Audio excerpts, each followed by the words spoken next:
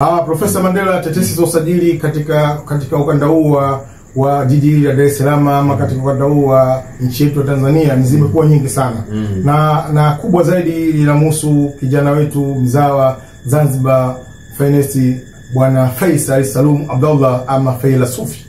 Inasemekana wananchi ama Yanga Africans wamemrudisha Faisal katika viunga vile vya Jangwani. Na hizi ni tetesi ambazo zinaendelea kutrendi hapa mjini, na inaonekana hata mwenyewe Faisal bado anashindwa kuwapa kile kilicho bora washabiki wa timu ya Azam, kwa sababu ikumbuke Profesa Mandela zimepita mechi takriban 7 mpaka 8 ikiwemo za ligi na za michuano tofauti ya Azam. Hajacheza Faisal wala hajaonekana katika timu ya Azam. Sasa hii sintofahamu nadhani imewafanya hata mashabiki wa Azam kukata tamaa, na baadhi ya mashabiki wa Azam ambao ni wakubwa na mashabiki kindaki wamediriki wakisema kwamba Faisal anaondoka Azam, anarudi alikotoka. Kwani labda tu nikuulize swali moja. Kilichomtoa Faisal pale Yanga kipindi kile, sababu ilikuwa ni nini hasa? Unajue hii mimi sijawahi kuipata vizuri hii. Kipindi anatoka pale Young Africans anaenda Azam. Kikubwa zaidi kwa mujibu wa mwenyewe Faisal Salum Abdallah kupitia pia mama yake mzazi, alisema kwamba kilichomuondoa Faisal Salum Yanga na kumfanya akatafuta malisho sehemu nyingine ni maboresho yake ya maslahi, ikiwemo mshahara na ada za usajili. Inaonekana kazi anayofanya Faisal kama mzalendo ni kazi kubwa, lakini anachostahili kukipata ni kidogo, tofauti na wale wanaoitwa wazawa ama maprofessional ama wachezaji wa kigeni ambao hawana mchango mkubwa Yanga, lakini maslahi yao inaonekana ni makubwa na yaliboreshwa mara 2 mithili ya mara 3 zaidi ya Faisal.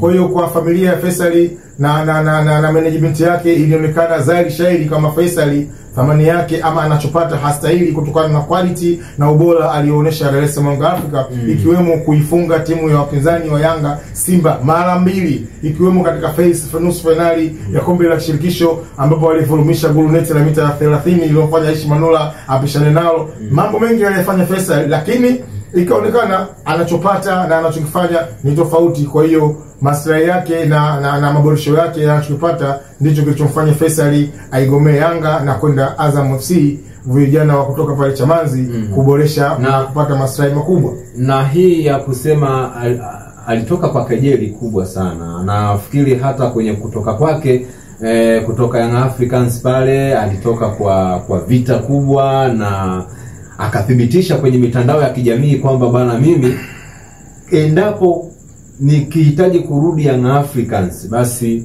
sitaki kumuona Engineer Hersi akiwa kwenye klabu ya Yanga kama rais wa Yanga. Aliapa kiapo na kusema hivyo. Nafikiri clip yake mimi ninayo. Alisema kwamba mimi ili niweze kurudi Yanga basi Engineer Hersi asiwepo pale.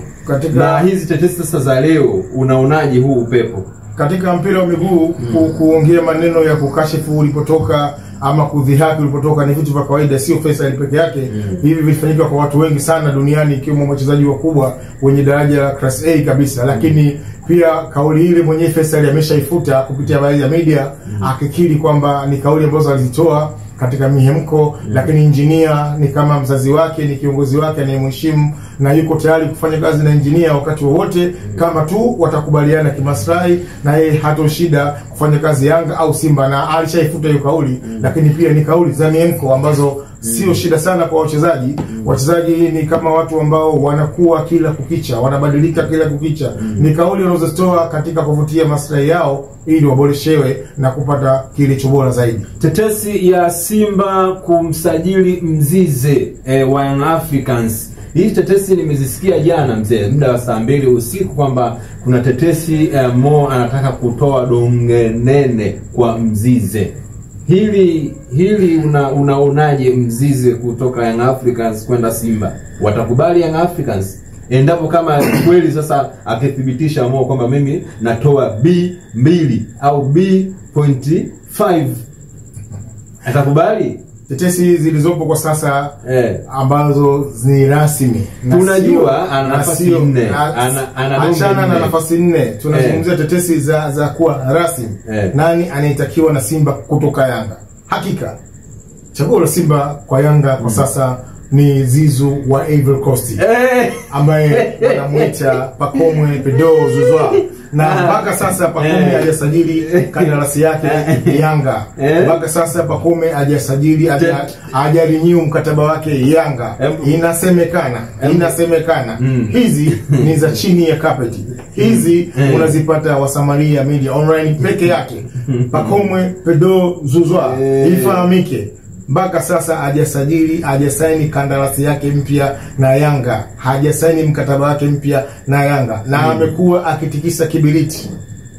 Nafasi hii ndio imemfanya bilionea nambari 1 kwa vijana barani Afrika Mohamed Dewji ama Mo kutuma maskauti, kutuma watu wake makachero dodosa usajili wake, mkataba wake, na imebainika kwamba mkataba wa Pacome Pedro Zouzoua na Yanga umefikia ukingoni. Hivyo basi lolote linaweza kutokea, na tukimwona Pacome amevaa jezi nyekundu isiyo jambo tofauti. Na jana kupitia baadhi ya habari, semaji la CAF Ahmed Ali alinukuliwa akisema kwamba aliyekuwa kipenzi chao tumemchukua.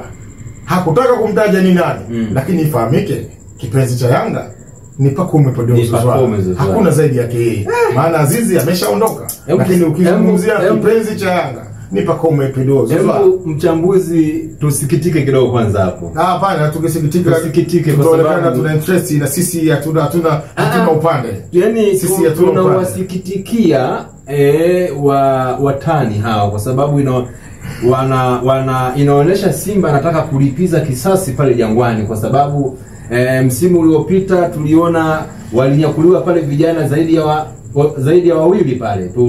Tulimwona Bareke alinyakuliwa kutoka Simba, na tukamwona Protos Chama alinyakuliwa kutoka Simba, na kulikuwa kuna maumivu makubwa, ingawa tayari baadhi ya mikataba yao ilishakwishaga, na pia Simba akasema kwamba kutokana Chama ni mzee, anatembelea magongo sio nini, kashifa nyingi sana. Hawakuumia sana, lakini kimoyoni walipatwa kidogo na vidonda vya tumbo. Sasa nafikiri safari hii sasa na wao pia zamu yao Young Africans zamu yao kuumia.